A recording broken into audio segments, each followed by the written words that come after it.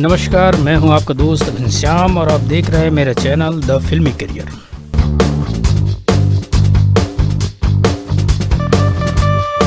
आज की इस ट्यूटोरियल में हम इस इमेज को कैमरा प्रोजेक्शन के माध्यम से बनाने की कोशिश करेंगे। इस इमेज को मैंने पिक्साबॉय से डाउनलोड किया है, उसका लिंक मैं यहाँ पर डिस्क्रिप्शन में दे दूँगा।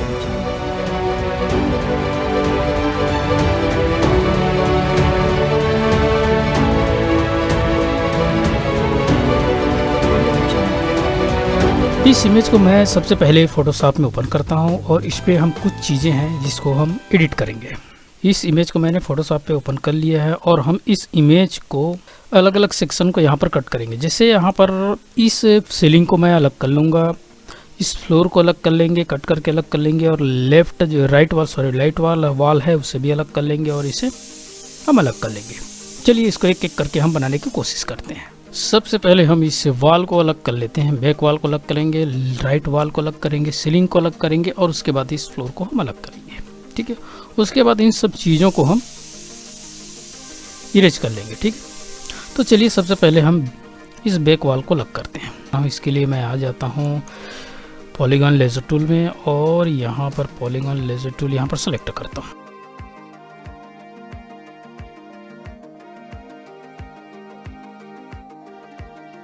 यहाँ पर हम इसे डुप्लीकेट नहीं करेंगे, हम इसको सीधा सीधा यहाँ पर कट कर लेंगे जिससे कि हमारे सभी वाल यहाँ पर एग्जैक्ट मैच करने लगे। चलिए देखिए, यहाँ पर मैंने कट करके इसे अलग सेक्शन में, अलग लेयर पे इसे मैंने कर लिया। उसके बाद हम इसे कट करेंगे। अब इस वाल को मैं कट करता हूँ, राइट वाल को।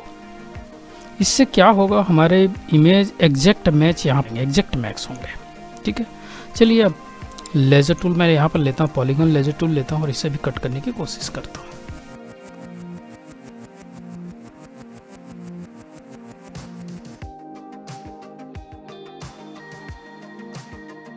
इससे भी हम कट करते हैं और इसे कट करने के बाद सेकंड लेयर पे हम इसे भी देखिए, यहाँ पर इस लेयर पे हमने इसे सेलेक्ट कर लिया।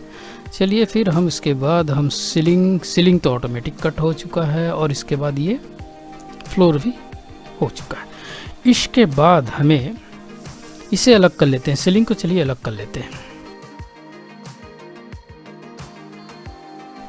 ठीक है, इसे भी मैं कट कर लेता हूँ। यहाँ पर आते हैं, इस बैकग्राउंड को सेलेक्ट करते हैं मेन इमेज को और उसके बाद इसे भी कट कर लेते हैं। ओके, सेपरेट लेयर में ये भी हो गया और हमारा ये ऑलरेडी ठीक है। अब उसके बाद इस दोनों को बंद कर लीजिए और आप मेन लेयर को सेलेक्ट कीजिए और उसके बाद आप, तो मैं इसे यूज़ नहीं कर रहा हूँ, मैं इसे यूज़ करता हूँ। इस पिलर को मैं अलग करता हूँ। ठीक है, चलिए इसके लिए मैंने इसे सेलेक्ट किया।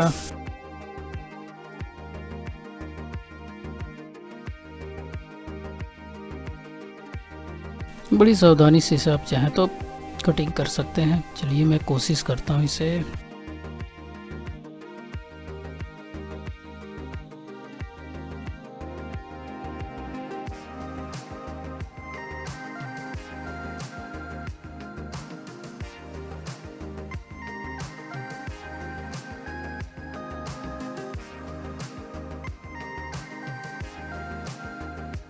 ओके, ये हो गया हमारा। अब इसके बाद हम इस पिलर को अलग से कर लेंगे जिससे ये साइज अलग से बहुत बेहतर नज़र आए, इसलिए मैंने किया। और इन सब चीज़ों को करने की ज़रूरत नहीं क्योंकि हम इसी को डुप्लीकेट कर लेंगे। ठीक है, 3D सॉफ्टवेयर पे। ओके, मैं इसे कटिंग कर लेता हूँ।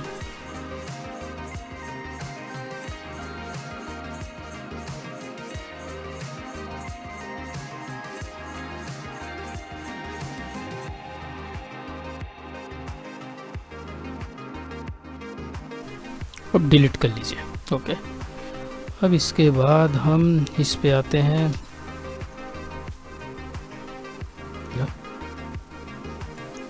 इसे हम 3D सॉफ्टवेयर से बना लेंगे, इसकी कोई ज़रूरत नहीं है यहाँ पर। ओके,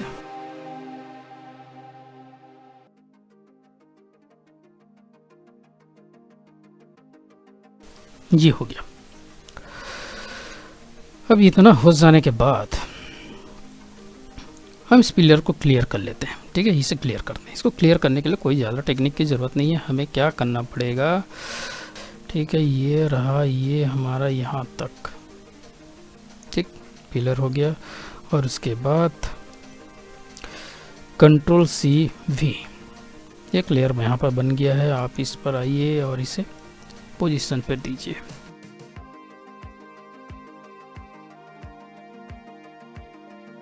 लगभग एकदम परफेक्ट है, ठीक है। उसके बाद हम आते हैं इस पर, इरेज टूल पर। इरेज पर आते हैं और इसे फेदर हम, ठीक है, फेदर तो ठीक है, और एक टूल सेलेक्ट करते हैं। उसके बाद हम थोड़ा सा मैच करने की यहाँ पर कोशिश करते हैं।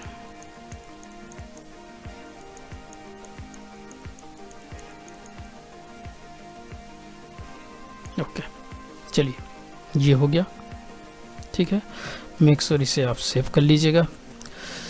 उसके बाद हम इस पिलर को चाहे तो और भी अगर हमें ज़रूरत हो तो हम इसे नीचे ला सकते हैं, और बाकी तो 3D सॉफ्टवेयर पे हम इसे एग्जैक्ट मैच कर लेंगे, ठीक है। ये हो गया। इसके बाद इसे भी हम यही प्रोसेस से सेम प्रोसेस इसे भी हम कर लेते हैं।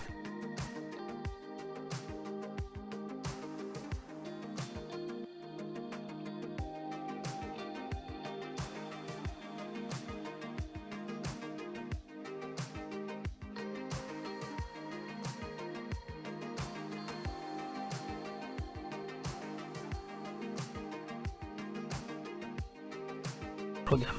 तो पिलर हो जाने के बाद इसे हम अलग फोल्डर पे सेव कर लेते हैं। इसको मैं दे देता हूँ नाम पिलर। अब ये पिलर बन जाने के बाद हम एक काम करते हैं, फ्लोर को बनाते हैं, ठीक है। इस फ्लोर को हम यहाँ पर बनाते हैं, और इसे मैं हाइड कर लेता हूँ, ठीक। वैसे भी इस फ्लोर को बनाने के लिए मैं टेक्सचर की यूज़ करूँगा, तो इसको इरेज करने के लिए इसको कोई ज़रूरत नहीं है हीलिंग ब्रश से, लेकिन फिर भी मैं दिखा देता हूँ कि इसको हम किस तरह से कर सकते हैं। बहुत ही अच्छी तरीके से हम इसे कंप्लीट कर सकते हैं। देखिए मैं इसे कोशिश करता हूँ यहाँ पर, और उसके बाद हीलिंग ब्रश में आते हैं।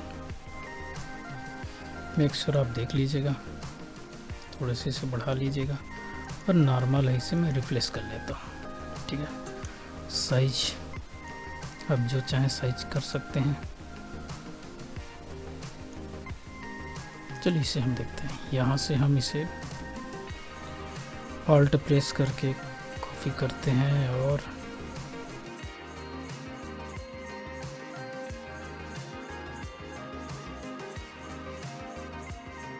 इतना हो जाने के बाद हम एक काम करते हैं, इसको नॉर्मल पे ले जाते हैं। नॉर्मल पे आने के बाद इसे साइज थोड़ा सा छोटा कर लेते हैं,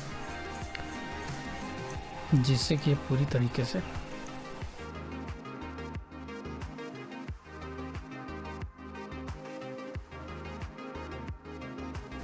इस तरह से आप सभी चीज़ों को यहाँ पर इरेज कर सकते हैं, ठीक है। यहाँ पर और मैं दिखा देता हूँ यहाँ पर किस तरह से आप कर सकते हैं। ये हुआ,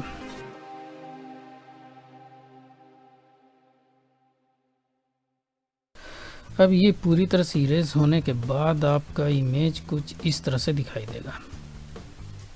ये देखिए मैंने इसे पहले से इरेज करके रखा हुआ है, तो इस तरह से दिखाई देगा।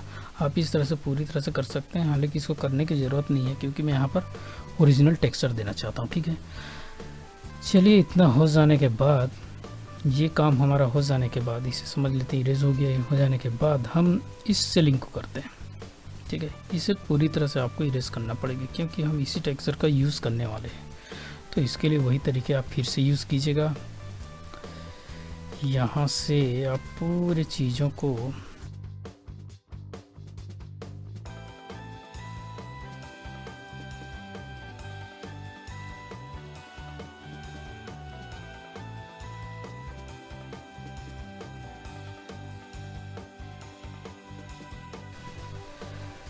अब सभी चीज़ों को ऐसे करने के बाद हमारा इमेज कुछ इस तरह से दिखाई देगा।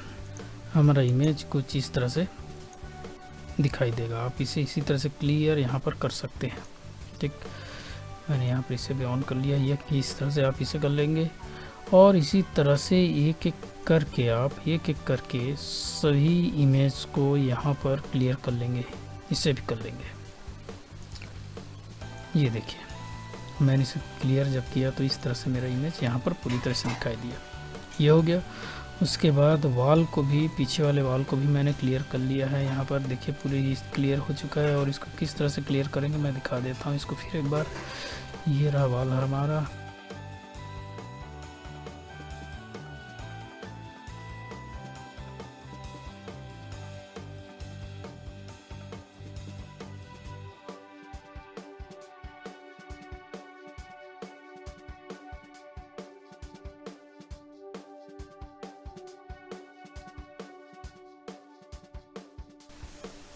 बैकग्राउंड भी हो चुका है। अब इस तरह से हमने एक एक करके सभी चीज़ों को यहाँ पर क्लियर कर लिया है। जैसे ये देखिए आपका ये वॉल है, वॉल को मैंने क्लियर किया। इस वॉल की वैसे ज़रूरत नहीं है लेकिन मैं वॉल को क्लियर किया। उसके बाद इस पिलर को मैंने, उसके बाद राइट वॉल, उसके बाद फ्लोर, उसके बाद सीलिंग। ओके, इतना चीज़ें पूरी तरह से कंप्लीट हो चुका है। ठीक, इन सब चीज़ों को कंप्लीट करने के बाद हम वापस, हमने ब्लेंडर ओपन कर लिया है और अब साइकिल रेंडर पे जाते हैं। फ्रंट व्यू पे आने के बाद कैमरा सेलेक्ट करते हैं। कैमरा सेलेक्ट करने के लिए आप व्यू में आ सकते हैं या फिर आप कंट्रोल आल्ट नंबर 0 कर सकते हैं। ठीक है, उसके बाद मैंने कैमरा सेलेक्ट किया, उसके बाद मैंने इसे बॉक्स को सेलेक्ट किया, उसके बाद कंट्रोल P सेलेक्ट किया और सेट ऑब्जेक्ट कर लिया। ठीक है, उसके बाद यहाँ पर आइए आप, ठीक है, ऑब्जेक्ट पे, और उसके बाद नीचे आइए और इसको वायर फ्रेम कर दीजिए। ठीक है, इससे क्या होगा, GZ जैसे आप करेंगे इस तरह। उससे पहले इस सब काम करने से पहले हम EN प्रेस करते हैं और फिर हम स्टार्ट स्क्रीन की को यहाँ पर ऐड कर लेते हैं। ठीक है, इतना हो जाने के बाद सबसे पहले हम जिस इमेज को यहाँ पर 3D सीन में कन्वर्ट करना चाहते हैं उसका हम रेजोल्यूशन यहाँ पर देख लेते हैं, पिक्सल देख लेते हैं। ठीक है, तो उसके लिए उस इमेज को ओपन करते हैं। ये है हमारा इमेज, हमने क्लियर किया हुआ है, और इसके प्रॉपर्टी पे चेक करते हैं और डिटेल पे आते हैं 54723648। ओके, कैमरा सेट करते हैं हम वहाँ पर,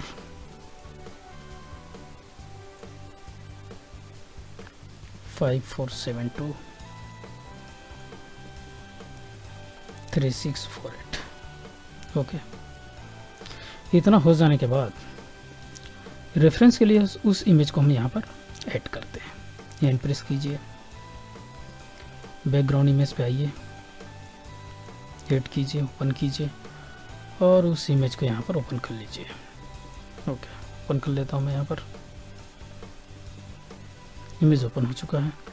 अब इसे मैं थोड़े से फ्लोर को हम इस डायरेक्शन पे सेट करते हैं, तो उसके लिए RZ करते हैं। ओके,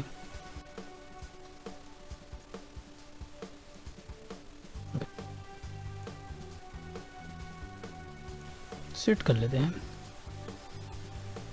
जिससे कि ये थोड़ा सा बेहतर हमें दिखाई देने लग जाए। ठीक है, ये इतना हो जाने के बाद इसे हम सेकंड लेयर पे मूव कर लेते हैं, प्रेस करके सेकंड लेयर पर मूव। उसके बाद हम यहाँ पर शिफ्ट A प्रेस किया और क्यूब यहाँ पर सेलेक्ट कर लिया। इस क्यूब को मैं स्केल करता हूँ और इसे भी हम ऑब्जेक्ट पे आते हैं और इसे वायर फ्रेम में शो करते हैं ताकि बेहतर दिखाई देने लगे। ठीक है, हैश, उसके बाद GY करते हैं इसे, और हम इसे यहाँ पर सेट करते हैं। ओके, उसके बाद हम एन प्रेस करते हैं, स्क्रीन को 2 भागों में डिवाइड कर लेते हैं। एडिट मोड पे आते हैं, फेस सेलेक्ट करते हैं और इस फेस को हम सेलेक्ट करके इसे Y पोजीशन पर ड्रैग करते हैं और इसे G करके अपने सही डायरेक्शन पर लेते हैं। ओके,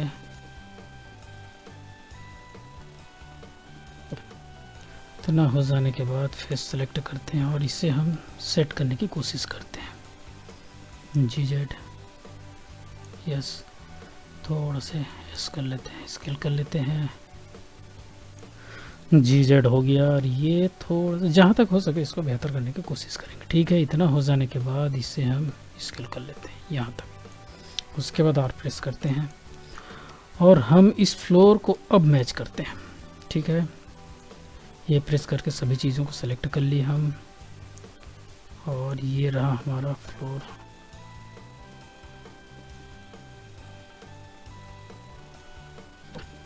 फेस सेलेक्ट करते हैं और इस फेस को थोड़ा सा ड्रैग करके इस पोजीशन पे ले आते हैं और देखने की कोशिश करते हैं कि क्या ये फेस हमारा सही हुआ है नहीं हुआ है। थोड़ा से और इसे हम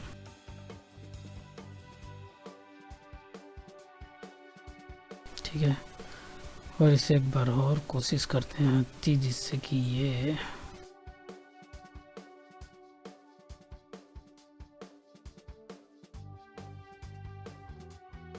और इसके बाद हम इस एज को सेलेक्ट करते हैं। इस एज को, दोनों से एज को सेलेक्ट कीजिए और थोड़ा से JZ पोजीशन पे इसे ड्रैग कर लीजिए। ये हो गया परफेक्ट मैच।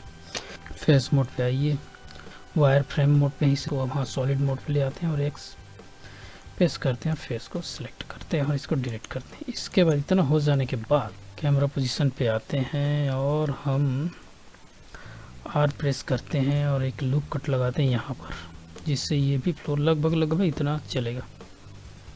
मैच हो सकता है कि नहीं, चला लेंगे, इतना हो जाएगा। सेलेक्ट करते हैं ये और इसके बाद R प्रेस करते हैं और लूप कट लगाते हैं। ओके, लूप कट लगाने के बाद हम इस पर R प्रेस किए और एक लगा लिए, इस पर भी R प्रेस किए एक लगा लिए। उसके बाद L प्रेस करते हैं और इसे एक बार सब डिवाइड करते हैं। ओके, सब डिवाइड हो गया। कैमरा मोड पे आते हैं, नम पैड पे 0 प्रेस कीजिए, कैमरा मोड पे आ जाएंगे, या तो फिर इस मेन्यू का यूज़ कर सकते हैं। फेस सेलेक्ट कीजिए और इसे सेलेक्ट कीजिए और सभी मैच को यहाँ पर सेलेक्ट कर लीजिए। ये हो गया।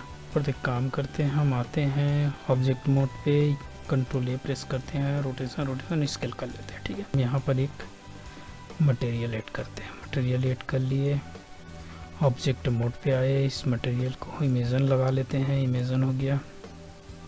ठीक है, इमेजन हो जाने के बाद इसे U प्रेस किए और यहाँ पर इमेज को हम ओपन करते हैं, जिस इमेज को यहाँ पर हम टेक्सचर करना चाहते हैं। इस टेक्सचर को मैं यहाँ पर ऐड करना चाह रहा हूँ। ठीक है, टेक्सचर ऐड हो गया है और इस पर हम आते हैं UV इमेज एडिटर पर आ जाते हैं। ठीक है, और इमेज को हम ओपन करते हैं। ये इमेज हो गया ओपन हमारा और इसे हम RZ करते हैं, स्केल कर लेते हैं और थोड़ा सा स्केल करके पोजीशन पे ले आते हैं। ठीक है, इतना हो जाने के बाद हम इसे ओपन करते हैं, रेंडर मोड पे आते हैं। ठीक है, रेंडर मोड पे आने के बाद इसे नोड एडिटर ओपन कर लेते हैं। नोड एडिटर ओपन हो गया, N प्रेस कर लिए।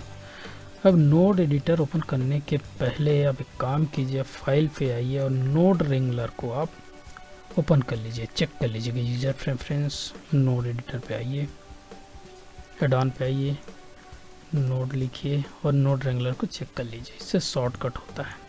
चलिए मैं देखता हूँ कैसे। सेव हो गया। इसे सेलेक्ट कीजिए, इमेज को कंट्रोल T प्रेस कीजिए, देखिए। ठीक है, अब बस इस इमेज को हम स्केल करते हैं। इसमें इमेज को स्केल करने के लिए हम इतना स्केल काफ़ी है। ये हो गया। उसके बाद इसे सेव कर लेते हैं। एक बार फिर वापस आते हैं सॉलिड मोड पे, इसे हम एच करते हैं और इसे सेलेक्ट करते हैं, इसे UV अनरैप करते हैं और हम एक मटेरियल यहाँ पर, इसे हम नाम दे देते हैं फ्लोर 1। ओके, फ्लोर 1 हो गया और एक मटेरियल ऐड करते हैं और उसे असाइन पे सेम मटेरियल यहाँ पर ऐड कर लेते हैं। ठीक है, और इसे प्लस कर लेते हैं। ओके, और इसे मैं फ्लोर 2 दे देता हूँ नाम, फ्लोर 2। ठीक है, अब इस पर इमेज ओपन करते हैं। इमेज हमने ओपन किया, इस इमेज को यहाँ पर ऐड करना चाह रहा हूँ। ओके, ऐड कर लेते हैं। इसके बाद इसे रेंडर व्यू पे देखते हैं कैसा दिखाई दे रहा है। तो सबसे पहले तो असाइन करना पड़ेगा। ठीक है, असाइन कर लिए, इसका रेंडर व्यू पे आए। अब देखिए, इसे हम चाहें तो और बड़ा कर सकते हैं, स्केल कर सकते हैं। ये स्केल हो जाने के बाद स्ट्रेंथ को हम 0.5 कर लेते हैं, 0.5। ओके, हम वापस सॉलिड मोड पे आते हैं, सिलेक्ट करते हैं, वाई प्रेस करते हैं और आर प्रेस करते हैं और इस पर लूप कट लगाते हैं। लूप कट हो जाने के बाद एल प्रेस करते हैं, सब डिवाइड करते हैं, उसके बाद यू करते हैं और इसको इसके बाद प्रोजेक्ट फ्रॉम यू करते हैं। ठीक है, ये हो जाने के बाद इस पर हम एक मटेरियल ऐड करते हैं, न्यू मटेरियल ऐड करते हैं, मटेरियल इमेज हम इसे देते हैं और इसको दे देते हैं राइट वॉल, असाइन करते हैं, इमेज ओपन करते हैं और ये रहा हमारा वॉल। ठीक है, और इसे यूवी इमेज एडिटर पे देख लेते।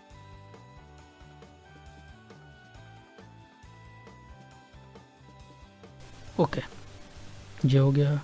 रेंडर मोड पे देखते हैं इसे। राइट वॉल और हमारा फ्लोर पूरी तरह से तैयार हो चुका है। इसके बाद हम वापस सॉलिड मोड पे आते हैं और एडिट मोड पे आने के बाद रूफ को सेलेक्ट करते हैं और इसे 3D व्यू पे आते हैं और इस पर कुछ लूप कट देते हैं। ठीक है, लूप कट देने के बाद इसे सेलेक्ट करते हैं, एल प्रेस करके उसका डब्लू सब डिवाइड करते हैं। ओके, मोर लूप कट यहाँ पर देते हैं। वो लूप कट देने के बाद इसे हम यूवी इमेज पे एडिटर पे आते हैं और यूवी अनरैप करते हैं, प्रोजेक्ट फ्रॉम व्यू करते हैं। यस, प्रोजेक्ट फ्रॉम व्यू करने के बाद हम एक काम करते हैं, इसमें से इतने चीज़ों को यहाँ पर डिलीट कर देते हैं। एक्स फेस एल हो गया, फेस हो गया, डिलीट हो गया। उसके बाद हम इसे यूवी अनरैप करते हैं। ओके, यूवी अनरैप हो चुका है। अब इस पर एक मटेरियल ऐड करते हैं। मटेरियल हमने ऐड किया है, साइन करते हैं और इसे इमेजन लाते हैं और हम अपने वॉल को यहाँ पर रूफ को यहाँ पर सेलेक्ट करते हैं। ये है हमारा रूफ। ओके, ओपन हो चुका है और इसे हम असाइन करते हैं और एक बार हम रेंडर व्यू पे देखने की कोशिश करते हैं कि कैसा दिखाई दे रहा है। ओके, उसके बाद हम बैक वॉल को यहाँ पर सेलेक्ट करते हैं, इसको यू करते हैं, प्रोजेक्ट फ्रॉम यू करते हैं, फिर एक मटेरियल यहाँ पर, इसको रूफ नाम। उसके बाद हम मटेरियल ऐड करते हैं, यहाँ पर न्यू मटेरियल यहाँ पर ऐड करते हैं, इमेजन देते हैं इसे। ये रहा असाइन। अब लगभग कंप्लीट हो चुका है हमारा इमेज।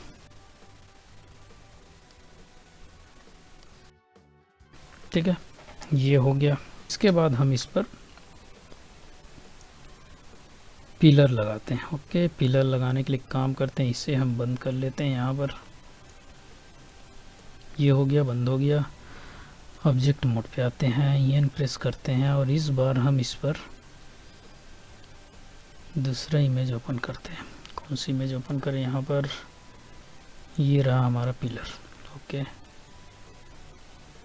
इसे फ्रंट पे लाते हैं और इसे फ्रंट पे ले आते हैं। ठीक है, ये रहा। सेलेक्ट करते हैं यहाँ पर। इसके बाद हम यहाँ पर सर्कल ऐड करते हैं, एडिट मोड पे आते हैं और वर्टेक्स मोड पे सेलेक्ट करने के बाद इसे स्केल करते हैं। स्केल करने के बाद यस, वायर फ्रेम मोड पे आने के बाद इसे हम ओके, और इसके बाद ई प्रेस करके इसे पूरी तरह से ऐड कर लेते हैं। चलिए,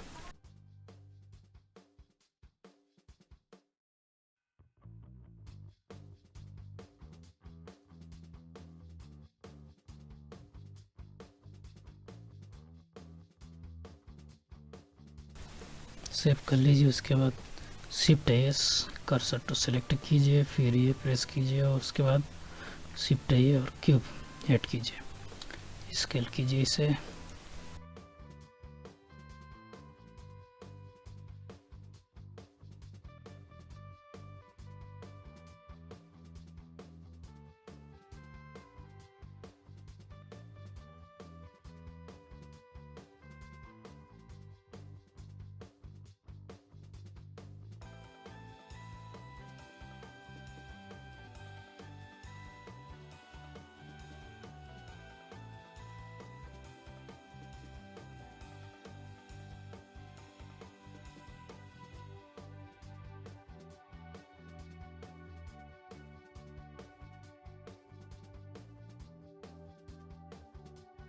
अब इतना चीज़ हो जाने के बाद इसे हम पूरी चीज़ों को सेलेक्ट करते हैं, डबल ए प्रेस करते हैं, यूवी अनरैप करते हैं, प्रोजेक्ट फ्रॉम व्यू कर लेते हैं, ओके। और इस पर एक मटेरियल यहाँ पर अप्लाई करते हैं, मटेरियल स्क्रीन डिवाइड कर लेते हैं और यूवी इमेज एडिटर पे आने के बाद हम करते हैं और यस, लगभग पूरी तरह से ठीक है, कंप्लीट हो चुका है हमारा सीन। इसके बाद हम इसे कैमरा व्यू पे देखते हैं। इसके बाद हमारे पास एक चीज़ और बचा है, इस पर हमें बेस लगाना है। जैसे आप देख सकते हैं इस इमेज पे, चलिए मैं एक बार इस इमेज को ओपन करता हूँ। ये देखिए इस इमेज पर ये चीज़ें, इसे हम ठीक करते हैं, ठीक है। इसे हम ठीक करने के लिए बनाने की कोशिश करते हैं और इसके लिए फिर आते हैं हम सॉलिड व्यू पे आते हैं। सॉलिड व्यू पे आने के बाद एडिट मोड पे आते हैं और टेक्स्ट मोड पे आते हैं और जेट प्रेस करते हैं और ठीक, यस ठीक है। कर्सर टू सेलेक्ट करते हैं और हम शिफ्ट ये और सर्कल, टॉप व्यू पे हैं हम, सेकंड स्क्रीन पर टॉप व्यू पे हैं। और एक काम करते हैं, इसको वर्टेक्स मोड पे आते हैं, एडिट मोड पे आने के बाद वर्टेक्स में आ गए और इसको हम सेंटर करते हैं टॉप अर्थों पे, यस। थोड़ा से हम SY करते हैं, यस, ये हो गया। L फेस सेलेक्ट कर दिए, इसे एक्सक्लूड करते हैं।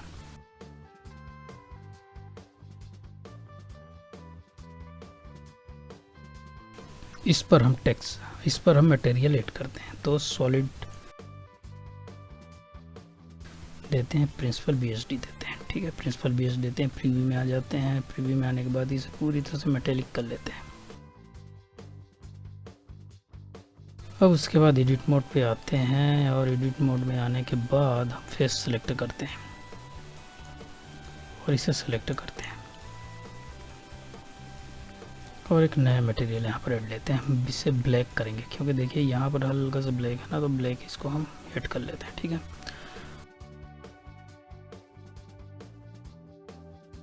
ठीक है, इसे असाइन करते हैं, इसी पोजीशन पे रखते हैं। थोड़ा सा देखते हैं इसको रेंडर व्यू पे।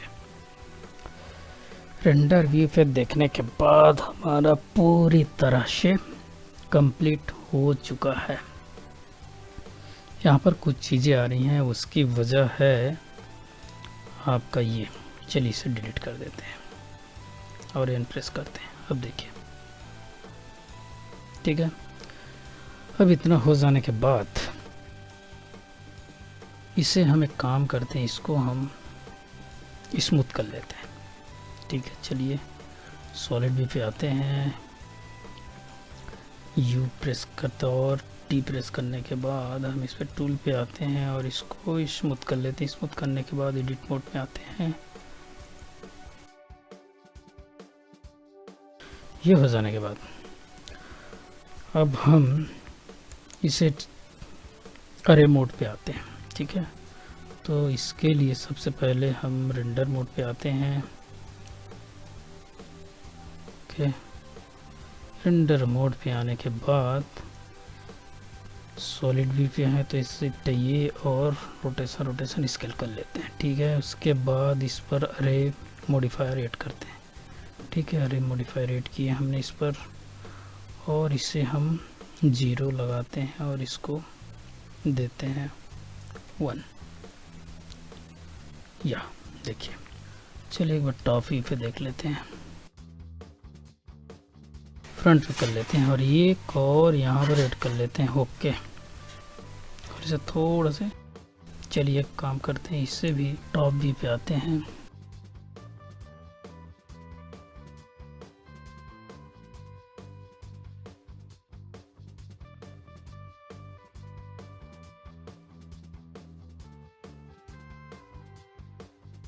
से हम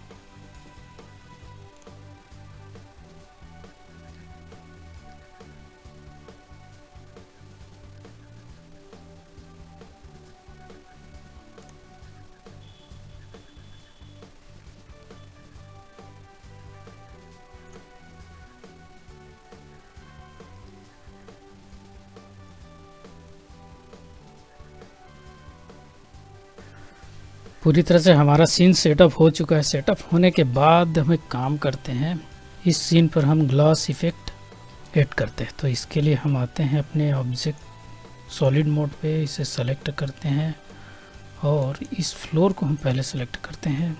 ये फ्लोर सेलेक्ट करने के बाद हम आ जाते हैं अपने मटेरियल मोड पर। मटेरियल मोड पर हम फ्लोर 1 को सेलेक्ट करते हैं, ठीक है।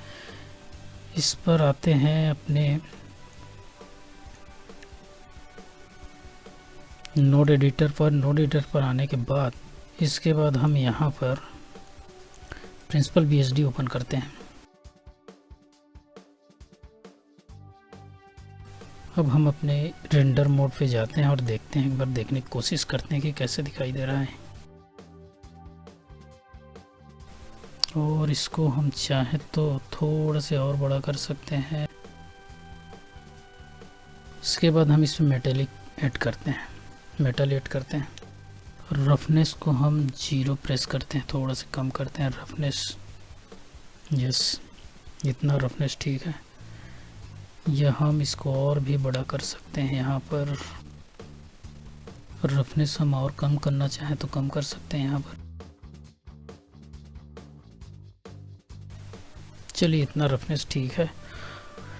इसके बाद हम इस पर चाहें तो बम्प मैप ऐड कर सकते हैं। शिफ्ट D कीजिए इसे और उसके बाद इसे ओपन कीजिए, इसे कर दिए नॉन कलर डाटा कीजिए और शिफ्ट A प्रेस कीजिए, सर्च पे जाइए और नॉर्मल मैप ऐड कीजिए। ओके, नॉर्मल मैप ऐड हो गया। इसको कलर को कलर पर ऐड कीजिए, उसके बाद आप नॉर्मल को नॉर्मल पर ऐड कीजिए। अब उसके बाद इस स्ट्रेंथ को आप 0.05 कर दीजिए। ये रहा हमारा बम्प मैट। इसके बाद हम इस पर भी मेटेलिक ऐड कर लेते हैं। चलिए, इस फ्लोर को मैं सेलेक्ट करता हूँ। इस फ्लोर पर भी इमेजन टेक्सचर है, इस पर हम शिफ्ट ये शेडर आते हैं और शेडर पे आके प्रिंसिपल BSD ऐड करते हैं। ओके, और इससे हम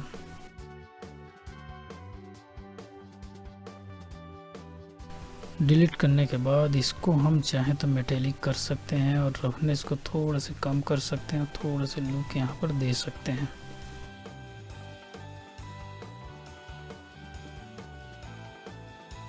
इतना हो जाने के बाद हमारा सीन अब पूरी तरह से तैयार हो चुका है। अब इसको हम रेंडर करते हैं। रेंडर करने से पहले काम करते हैं, हम इसको बॉर्डर सेलेक्ट करते हैं ताकि बाकी चीज़ें रेंडर ना हो। अब इस पर हम अपने कैमरे का रेजोल्यूशन सेट करते हैं 190/20 मैं यहाँ पर रखता हूँ इसे, और इसे मैं रखता हूँ 1080। इतना हो जाने के बाद इससे मैं किसी फोल्डर पे, आप जिस फोल्डर पे चाहें उसे सेलेक्ट कर सकते हैं। उसके बाद इसे मैं PNG फॉर्मेट पे एनिमेट करता हूँ। तो मैं इसे एनिमेशन कर लेता हूँ PNG फॉर्मेट पर। रेंडर होने पे कुछ समय लगेगा, तब तक के लिए अपने इमेज को हम इसे पॉज कर लेते हैं। हमारा सीन अब पूरी तरह से रेंडर हो चुका है और इसे हमने PNG फॉर्मेट में रेंडरिंग किया है। तो इसको अब हम वीडियो फॉर्मेट में रेंडर करते हैं। इसके लिए हम आते हैं और यहाँ पर वीडियो एडिटिंग ओपन करते हैं। ओके, उसके बाद मेक श्योर हमें 1 फ्रेम यहाँ पर कर लेनी है, 120 यहाँ पर है। उसके बाद अपने फाइल को 1 पर ले आते हैं। उसके बाद ऐड करते हैं, यहाँ पर इमेज फोल्डर ऐड करते हैं। इमेज फोल्डर हमारा जहाँ पर भी सेव है उसे ओपन करते हैं। ओके, ये प्रेस करते हैं और इसे ऐड करते हैं। प्ले करके देखते हैं।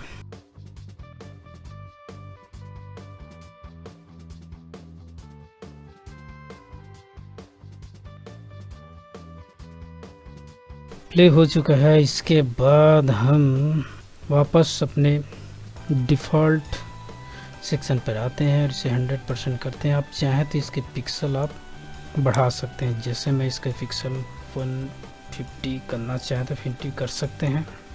चलिए अब देखते हैं। ओके, और रेजोल्यूशन सब ठीक होने के बाद इसे वीडियो फॉर्मेट में यहीं पर सेव कर लेते हैं, वीडियो नाम से।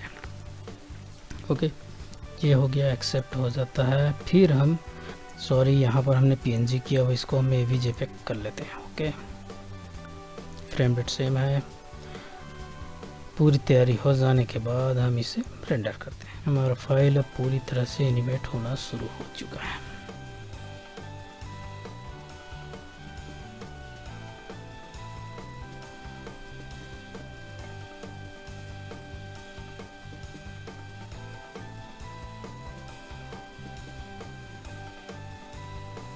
अब ये पूरी तरह से रेंडर हो चुका है। इसके बाद इसे हम प्ले करके देखते हैं।